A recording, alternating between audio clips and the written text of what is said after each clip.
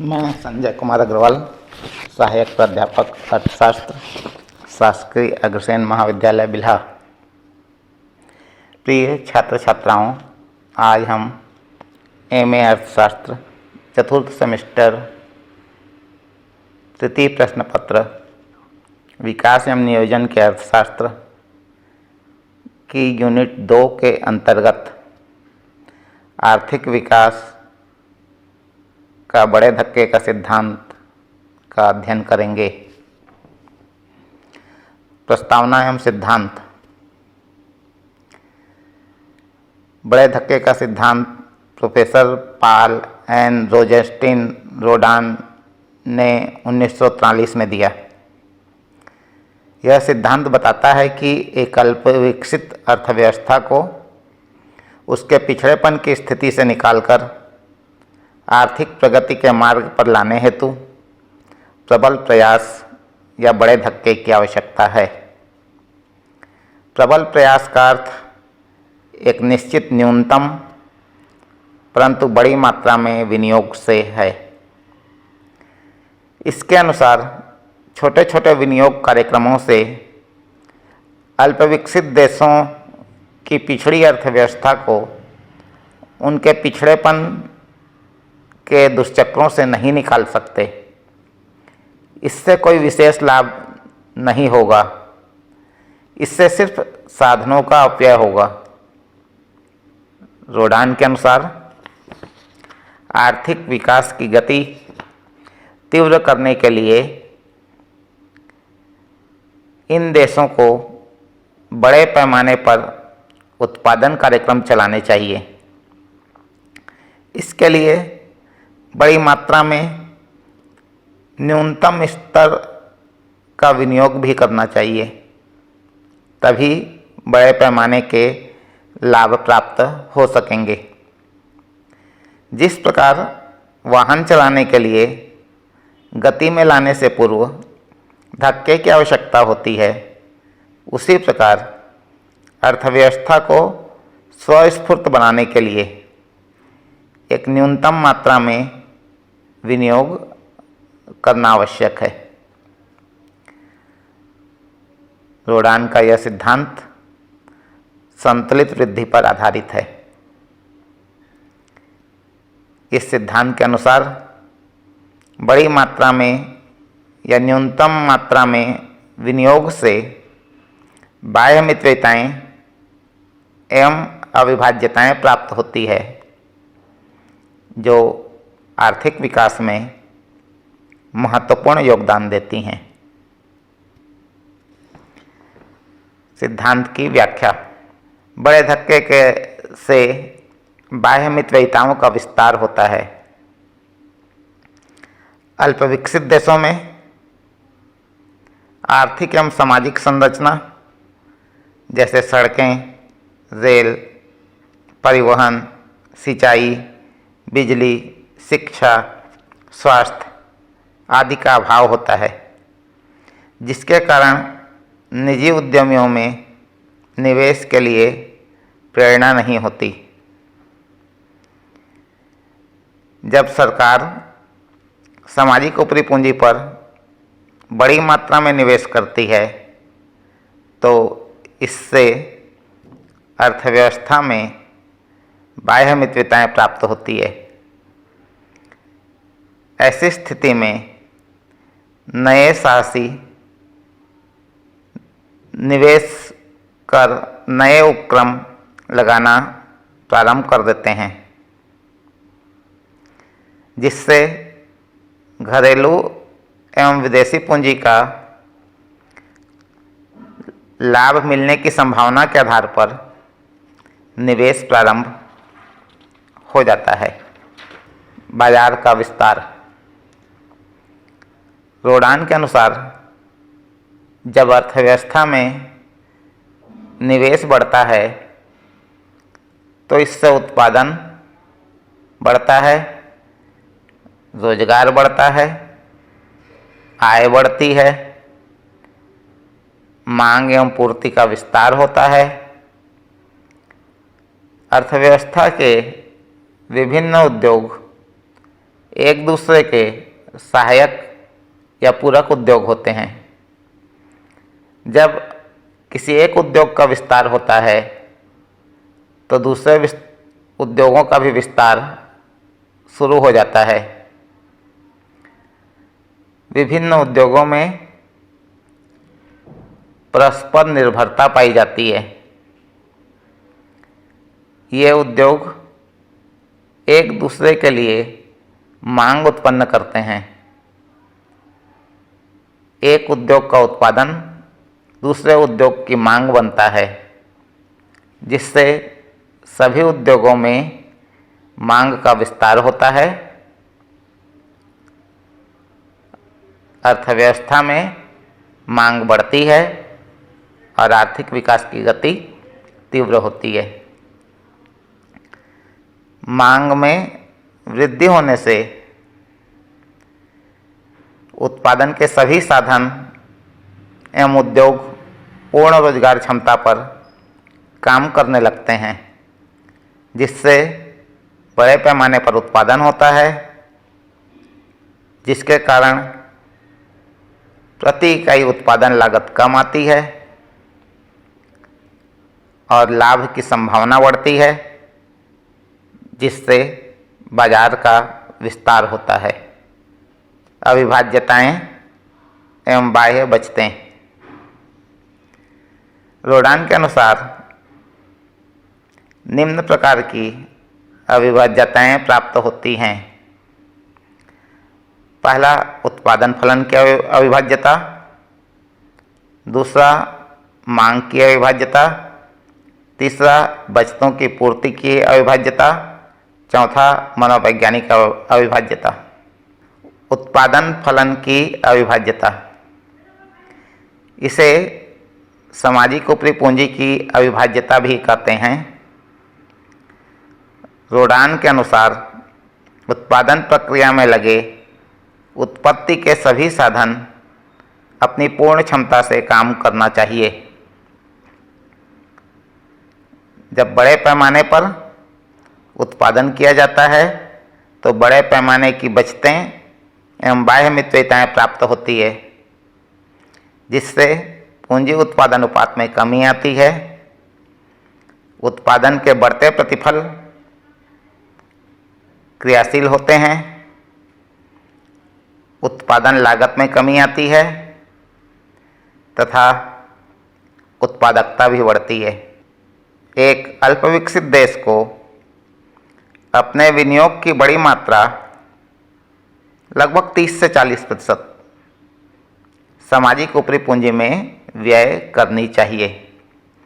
सामाजिक ऊपरी पूंजी अप्रत्यक्ष रूप से अधिक उत्पादक होती है। इनसे प्राप्त आय भी अधिक होती है। इनका प्रभाव दीर्घकालीन होता है और इन्हें आयात भी नहीं किया जा सकता। एसओसी के विकास से, सामाजिक ऊपरी पूंजी के विकास से निजी निवेश कार्यक्रमों की लागत कम होती है एवं उन्हें निवेश हेतु प्रोत्साहन मिलता है। सामाजिक ऊपरी पूंजी की विशेषताएं। एसओसी को 4 प्रकार की अविभाज्यताएं विशिष्टता प्रदान करती हैं। पहला, सामाजिक ऊपरी पूंजी पर विनियोग सबसे पहले करना चाहिए। दूसरा, इसमें उच्च स्तर पर तथा अधिक मात्रा में निवेश करना चाहिए, अन्यथा इसके तकनीकी लाभ प्राप्त नहीं होते। एसओसी लंबी अवधि तक चलते भी हैं। तीसरा, इनमें विनियोग का प्रतिफल देर से मिलता है। यह विनियोग सरकार को करना चाहिए। चौथा, इसमें विनियोग का फायदा सभी प्रकार के उद्योगों को मिलता है। जैसे सड़क बनाने में यदि हम विनियोग करेंगे तो उससे छोटे बड़े सभी प्रकार के ट्रांसपोर्ट व्हीकल्सों को इसका फायदा मिलता है। मांग की अविभाज्यता। इसे मांग या पूरक मांग की अविभाज्यता भी कहते हैं।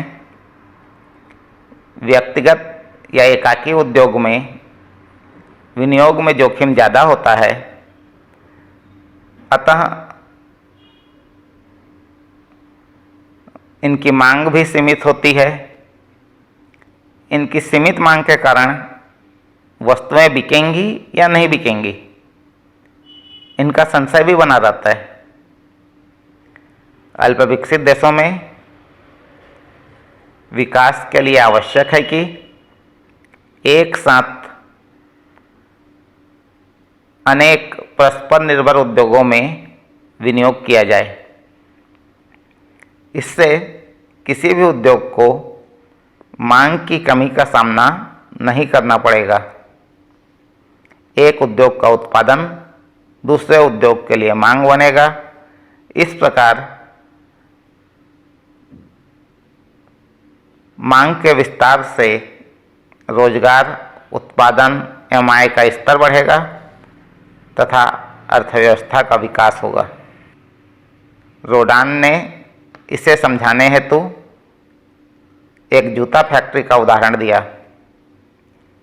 एक बंद अर्थव्यवस्था में 100 आंशिक या प्रच्छन्न बेरोजगारों को जूता बनाने के काम में रोजगार मिलता है। इनकी मजदूरी इनके लिए अतिरिक्त आय है। यदि ये व्यक्ति तथा अन्य व्यक्ति अपनी अतिरिक्त आय को जूते खरीदने में ही व्यय करें तो जूतों की मांग बाजार में निरंतर व स्थायी बनी रहेगी और यह फैक्ट्री सफल हो सकती है। व्यवहार में ऐसा संभव नहीं होता कि इस फैक्ट्री में कार्यरत सभी मजदूर अपनी समस्त अतिरिक्त आय जूतों पर ही व्यय करें, क्योंकि इनकी अपनी अन्य आवश्यकताएं भी होती हैं जिनको पूरा करना भी जरूरी है। इसी तरह से समाज के अन्य व्यक्ति भी अपनी व्यापक निर्धनता के कारण इन अतिरिक्त जूतों को हो सकता है नहीं खरीदें और ऐसी स्थिति में जूता फैक्ट्री के सफल होने की संभावना भी नहीं होगी। परंतु यदि हम 10,000 बेरोजगारों को परस्पर निर्भर विविध उपयोगी वस्तुओं का उत्पादन करने वाले 100 कारखानों में रोजगार प्रदान करें तथा वे अपनी आय वस्तुओं को खरीदने पर व्यय करें तो नए उत्पादक परस्पर एक दूसरे की वस्तुओं के ग्राहक बनेंगे और मांग में कमी या सीमित बाजार की समस्या उत्पन्न नहीं होगी। इसको हम एक ग्राफ से भी बता सकते हैं। ग्राफ प्रदर्शित है। ग्राफ में OX अक्ष पर उत्पादन मात्रा एवं OY अक्ष पर कीमत या लागत को दर्शाया गया है। ATC average total cast plant की कुल औसत लागत को, MC मार्जिनल कास्ट सीमांत लागत को बताता है। AR1 is equal to D1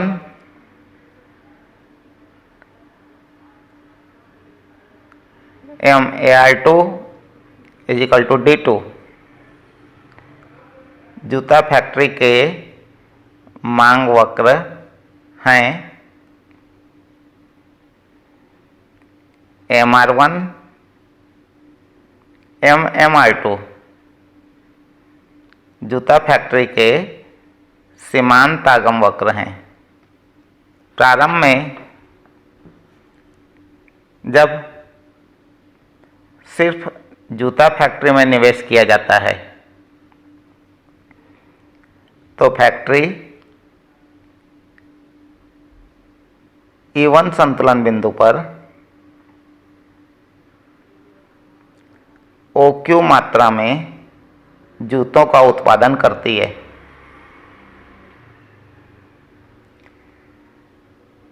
जहां पर जूतों की प्रति इकाई कीमत OP1 है तथा प्रति इकाई लागत OC1 है। जूता फैक्ट्री को प्रति इकाई लागत प्रति इकाई आय या कीमत से ज़्यादा लगती है, अतः उसे प्रति इकाई P1C1 के बराबर हानि होती है और कुल हानि P1C1 R1 S1 के बराबर होती है।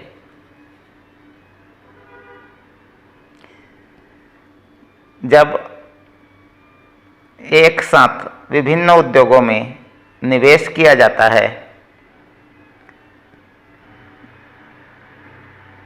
तब बाजार के विस्तार के साथ जूता के बाजार का भी विस्तार होता है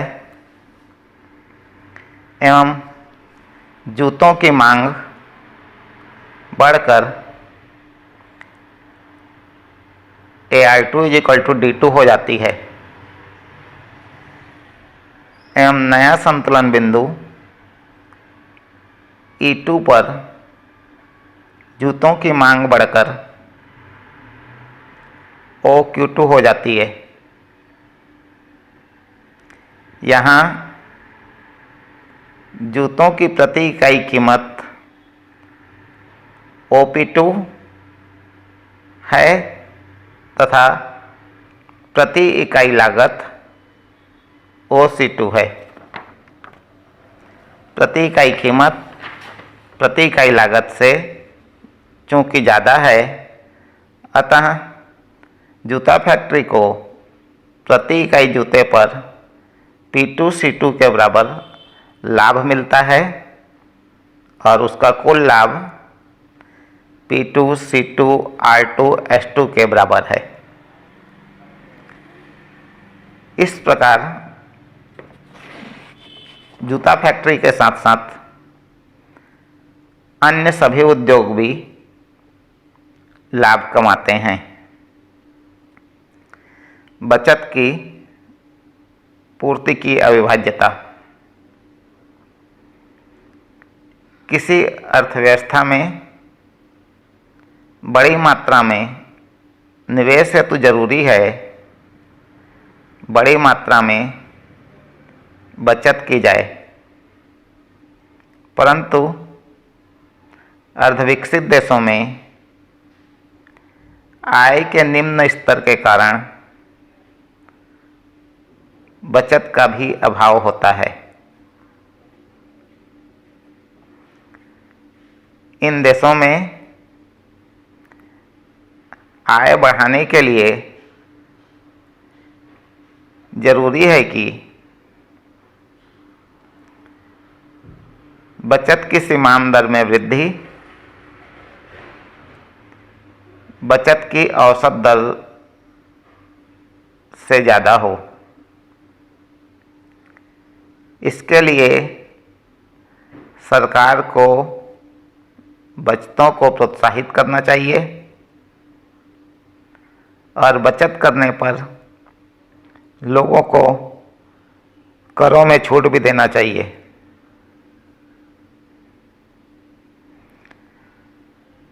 अल्प विकसित देशों में जहां निजी विनियोग की कमी होती है, जिसका मुख्य कारण पूंजी का अभाव है,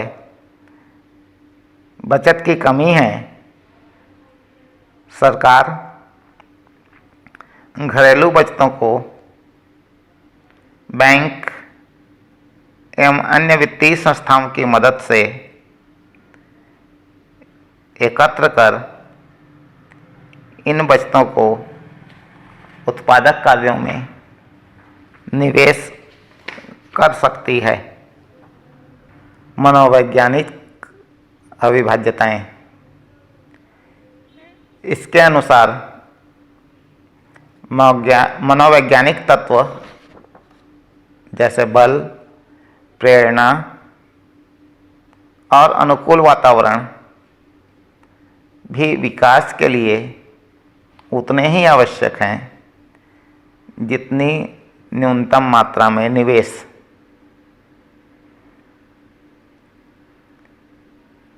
इस तरह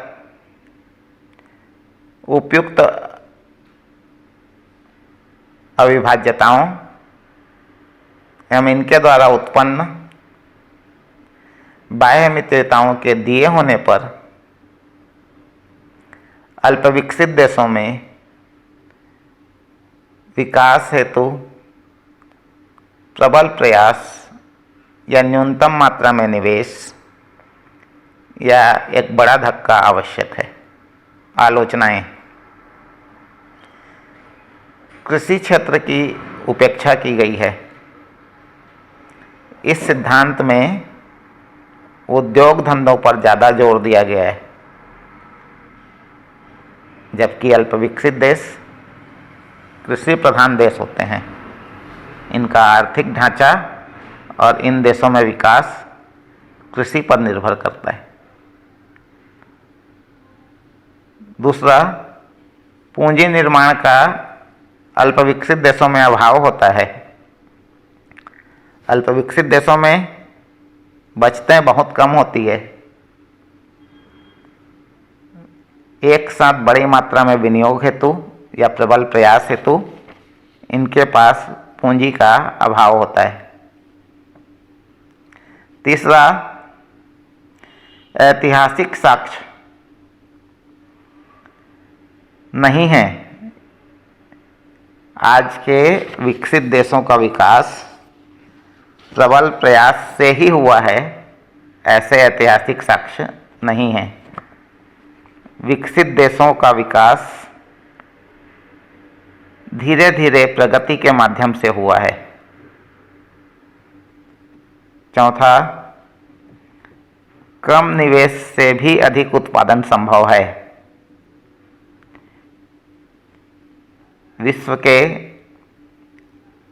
विभिन्न देशों के आर्थिक विकास के अध्ययन से पता चलता है कि कम निवेश करके भी अर्थव्यवस्था को अधिक संतुलित बना सकते हैं।